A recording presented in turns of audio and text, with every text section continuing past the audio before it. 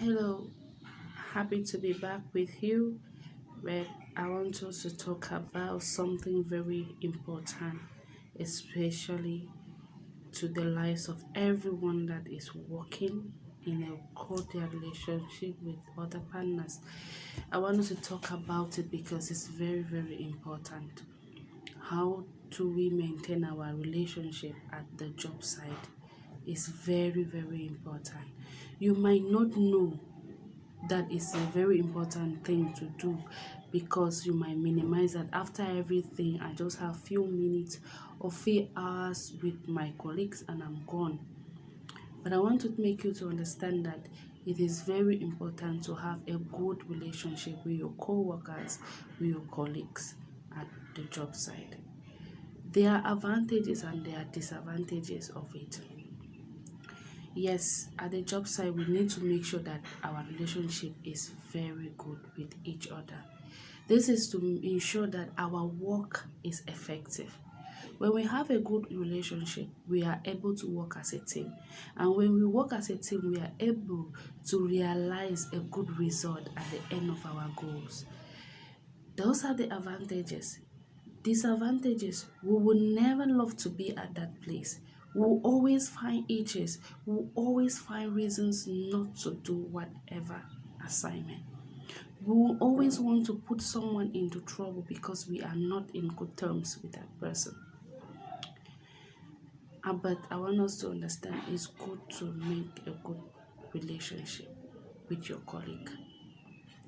You might be working 8 hours in the day at your job site. That means you spend more of your time at your job site. And so you need to make sure that you have a good relationship with your colleague because they are your immediate family. 8 hours of a day is a long day. For you to be in a place where you can smile, you can feel free, you can crack some jokes with someone because you are not able to communicate well. Yes. So we need to do what? We need to create a cordial relationship. This does not mean that people will not step at your toe. No, that doesn't mean that way. The only way for you to be able to manage that and have a good relationship is you need to understand the personalities of each and everyone you're working with.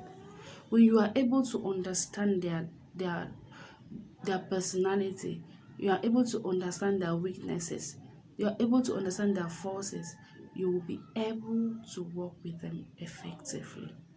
So the first thing is to know who you're working with and to understand that person. Some people are lousy. Yes, they are born lousy, but you cannot throw them away because they also make up the group. You always need to know how to keep calm when they are up. Some people are cold to afford that you can speak even 10 words, they will never offer a word. They think more than they speak. Those people are still needed. There are some people who will always be good at gossiping. They'll always want to come to tell you about other people. You should know how to deal with such people, to keep it cool, to keep it going. Because when you don't keep it going, you will find it stressful. Each of your day at work will be like hell. So we need to first of all know our personalities as individuals, know our weaknesses, know our limitations. And also, for you to maintain a good relationship, you need to have a good communication skill. Yes, you need to have a good communication skill because when you don't have a good communication skill, you have issues. Because if you're not that kind of a person who can actually communicate fluently to your colleague or say exactly how you feel to each other or expressing your actual feeling and what you are saying, maybe it can be a wrong done by your colleague. You should be able to point out to that colleague rather than maybe sitting quiet or going maybe to the wrong person and creating alarms for nothing. And when you have a communication skill, In communication, we need to have even trash cans. There are some things that we don't even need to care about. We don't even need to bother about them because we need to trash them out of it. Yes, in communication, we need to have trash cans. So we need to know what to store and what to throw away. It's not everything that must be kept in terms of communication. We should learn to forgive. Learn to forgive one another. Learn to forgive your colleague.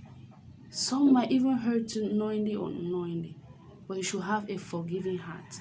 You should have that heart that is ready to let go and move on.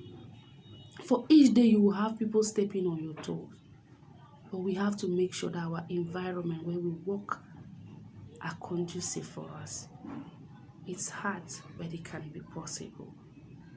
It's difficult, but it is very possible. Keeping it cool and keeping it going. You should be prayerful. You should be able to pray for your colleague. Pray for them. For some of them are even ignorant of their acts. Always create some kind of jovial environment with your colleague. Stop being tense. Stop being you. Stop being only about you. Avoid saying me. Say us. We are doing it. We are going to do it. Those are things that motivate colleagues to move together. Don't be self-centered. Don't avoid others. Don't be so up right there. Don't classify them. Everyone is needed at the job site. Everyone is important. Don't see others to be less before you. Be jovial with everyone. Why am I saying all this? Victims of this are many out there. Because some people even have minimized some workers because they are cleaners. They are just maybe a most low class paid. They don't own this, they don't own that. And tomorrow they are in a situation and they find themselves in the hands of those people. And they are very ashamed. Treat every colleague as everybody is important.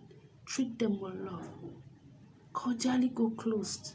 Someone may not be in that position, not because the person doesn't have the ability, but because the person was not opportune like you to be there. We are colleagues.